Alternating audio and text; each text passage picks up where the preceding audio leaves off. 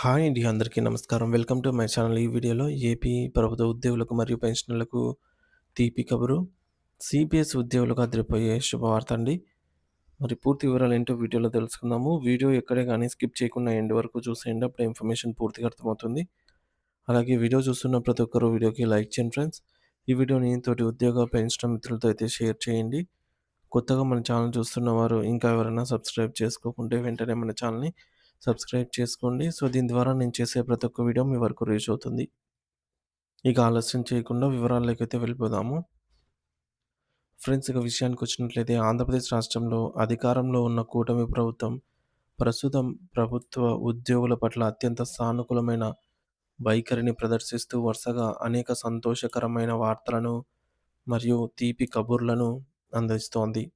మరి గత కొంతకాలంగా పెండింగ్‌లో ఉన్న ఉద్యోగుల మరియు పెన్షన్‌దారుల సమస్యలను ఒక్కొక్కటిగా పరిష్కరిస్తూ వారి చిరకాల డిమాండ్‌లను నెరవేర్చడంలో ఏపీ ప్రభుత్వం తన చిత్తశుద్ధిని నిరూపించుకుంటోంది. ముఖ్యంగా పండుగ సమయాలను పురస్కరించుకొని ఉద్యోగులకు ఆర్థిక వెసులుబాటు కల్పించాలి అనే ఉద్దేశ్యంతో ఇప్పటికే దసరా పండుగ సందర్భంగా కరువు భత్యంను డీఏను అధికారికంగా ప్రకటించింది.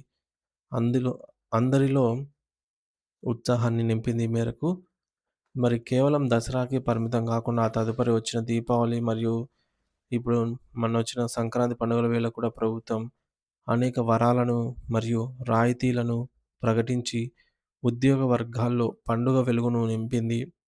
మరి ఈ క్రమంలోనే తాజాగా ఉద్యోగులు మరియు పెన్షన్దారులకు సంబంధించి ప్రభుత్వం మరొక అత్యంత కీలకమైన మరియు అద్భుతమైన ప్రకటనను విడుదల చేసింది. ఈ నిర్ణయం వల్ల రాష్ట్ర వ్యాప్తంగా ఉన్న వేలాది మంది ప్రభుత్వ ఉద్యోగ మరియు పెన్షనర్ల కుటుంబాలకు ఒక పెద్ద ఊరట లభించడమే కాకుండా వారిలో భవిష్యత్తు పట్ల ఒక గట్టి భరోసా కూడా కలుగుతుంది.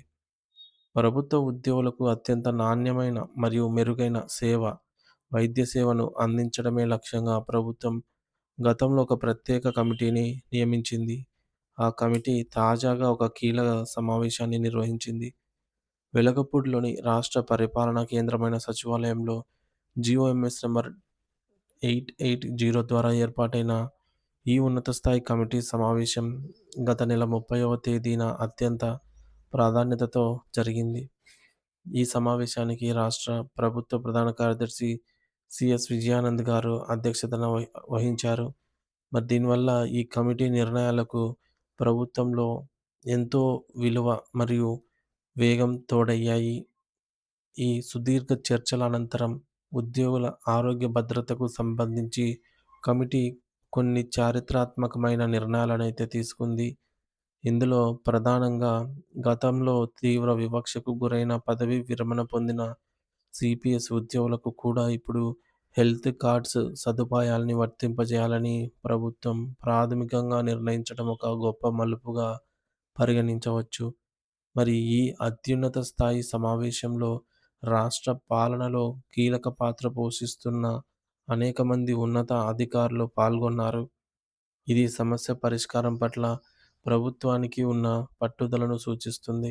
ఈ సమావేశంలో స్పెషల్ చీఫ్ సెక్రటరీ రావత్ గారు, ఆర్థిక శాఖ యొక్క లోతుపాతులను తెలిసినటువంటి కార్యదర్శి విజయ్ చంద్ గారు మరియు వైద్య ఆరోగ్య శాఖ పట్ల పూర్తి అవగాహన ఉన్న కార్యదర్శి సౌరభ్ గౌర్ గారు తమ అమూల్యమైన సూచనలను అందించారు. అలాగే క్షేత్రస్థాయిలో ఆరోగ్య పథకాలను అమలు చేసే NTR health trust CEO Dinesh Kumar గారు మరియు ఉద్యోగుల గళాన్ని వినిపించే ఏపీ జేఏసీ చైర్మన్ విద్యాసాగర్ గారు కూడా ఈ చర్చల్లో భాగస్వాములై నిర్ణయాల ప్రక్రియలో కీలక పాత్ర పోషించారు.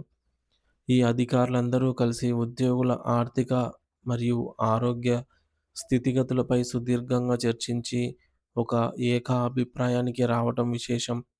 సమావేశమైన ఈ ప్రత్యేక కమిటీ ఉద్యోగులకు సంబంధించిన అనేక సమస్యలను మరియు అవసరాలను లోతుగా విశ్లేషించి ఈ చర్చల ఫలితంగా 2 అత్యంత కీలకమైన నిర్ణయాలను కమిటీ వెల్లడించింది. మొదటిది మరియు అత్యంత ముఖ్యమైనది ఏమిటంటే రిటైర్డ్ సిపిఎస్ ఉద్యోగులకు ఇప్పటివరకు లేని ఆరోగ్య కార్డుల సౌకర్యాన్ని కల్పించడము. ఆంధ్రప్రదేశ్ రాష్ట్ర రోడ్డు రవాణా సంస్థ అయినటువంటి ఏపీఎస్ఆర్టీసీ ఉద్యోగులకు పదవీ విరమణ తర్వాత ఏ విధంగానైతే వైద్య సౌకర్యాలు కల్పిస్తున్నారో, అదే తరహాలో సీపీఎస్ రిటైర్డ్ ఉద్యోగులకు కూడా ఈ హెల్త్ కార్డులను వర్తింపజేయాలని కమిటీ ఏకగ్రీవంగా నిర్ణయించింది. ఈ నిర్ణయం సీపీఎస్ ఉద్యోగుల వర్గాల్లో ఒక పెద్ద ఆర్థిక మరియు సామాజిక మార్పుకు నాంది పలుకుతుంది. పదవీ విరమణ తర్వాత వచ్చే వయసులో అనేక మంది దీర్ఘకాలిక వ్యాధులతో మరియు అనారోగ్య సమస్యలతో బాధపడుతూ ఉంటారు. అటువంటి సమయంలో వైద్య సేవల కోసం వారు తమ సొంత పొదుపు మొత్తాన్ని భారీగా ఖర్చు చేయాల్సి వస్తుంది.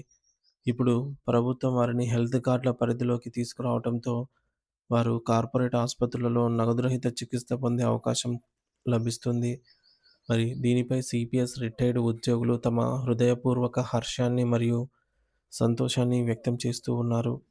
కేవలం ఆరోగ్య సౌకర్యాలే కాకుండా ఆర్థికపరమైనటువంటి చెల్లింపుల విషయంలో కూడా ఆంధ్రప్రదేశ్ ప్రభుత్వం నేరుగా అడుగులు వేస్తోంది. సుమారు వారం రోజుల క్రితమే ప్రభుత్వం ఉద్యోగులకు మరియు పెన్షనర్లకు గత కొంతకాలంగా పెండింగ్‌లో ఉండిపోయిన వివిధ రకాల బిల్లుల చెల్లింపులను క్లియర్ చేసింది. రాష్ట్రంలో వివిధ రకాల బిల్లులు భారీగా పేరుకుపోయి ఉన్న నేపథ్యంలో ఉద్యోగులకు ఆర్థిక ఉపశమనం కలిగించడానికి ప్రభుత్వం దశలవారీగా నిధులను విడుదల చేస్తోంది. ఈ క్రమంలో విడుదల చేసిన బిల్లుల్లో ప్రధానంగా ప్రయాణ భత్యం టీఏ మరియు బదిలీ ప్రయాణ భత్యం టీటీఏ వంటి ముఖ్యమైన బిల్లులు ఉన్నాయి.